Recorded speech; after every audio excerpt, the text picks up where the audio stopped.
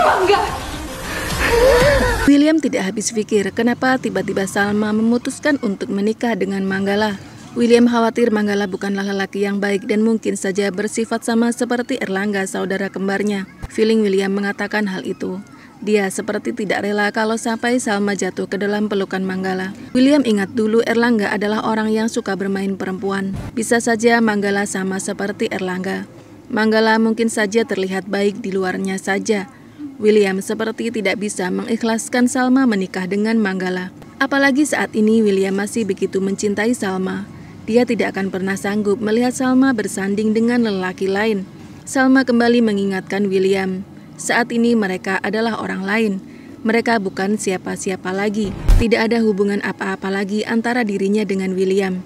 Jadi Salma meminta William untuk fokus saja pada masa depannya bersama dengan Indi. Karena Indi adalah gadis yang sangat baik dan begitu mencintai William. William sadar bahwa dia memang sudah melamar Indi dan akan segera bertunangan dengannya. Tetapi William merasa tidak nyaman. Dia hanya kasihan kepada Indi. Di hati William tetaplah hanya Salma seorang. Namun Salma memperingatkan William untuk tidak menyakiti hati gadis sebaik Indi. William adalah ayahnya Sally. Dia hanya ingin tahu apa alasan Salma memilih Manggala untuk menjadi ayah sambung bagi Sally. Salma terdiam. Dia tidak mau menjelaskan apapun kepada William karena Salma tidak mau membuat William ikut memikirkan beban hidup yang sedang dia hadapi saat ini. Rupanya Erlangga sudah tidak sanggup lagi menahan dirinya. Dia akan segera menikah dengan Salma. Tetapi rupanya itu tidak cukup baginya. Dikala ada kesempatan, Erlangga malah berusaha untuk melecehkan Salma. Salma syok.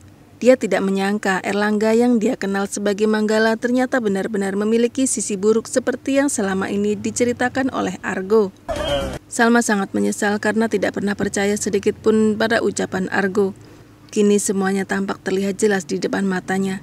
Erlangga menarik tubuh Salma dan memanggulnya untuk dibawanya masuk ke dalam sebuah rumah kosong.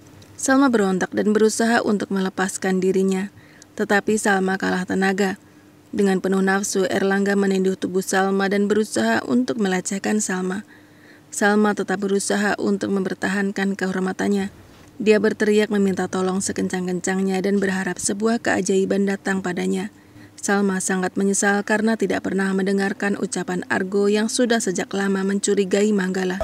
Salma terus berusaha sekuat tenaganya untuk bisa melepaskan dirinya dari cengkraman Erlangga. Dia berteriak meminta tolong sekencang-kencangnya. Dan tak lama kemudian datanglah Argo untuk menolong Salma. Dia menendang tubuh Erlangga yang sedang berusaha untuk melecehkan Salma. Tubuh Erlangga terjengkang. Dan tanpa sengaja sebuah lentera terjatuh dan apinya mulai menyebar. Api itu mengenai kaki Erlangga. Erlangga berteriak karena kepanasan. Dia mengibas-ngibaskan api yang mulai membakar kakinya. Argo dan Salma syok ketika dia melihat kaki Erlangga yang terbakar. Ternyata kaki itu adalah kaki palsu. Salma pun akhirnya tahu bahwa orang yang selama ini dia kenal sebagai Manggala ternyata adalah Erlangga.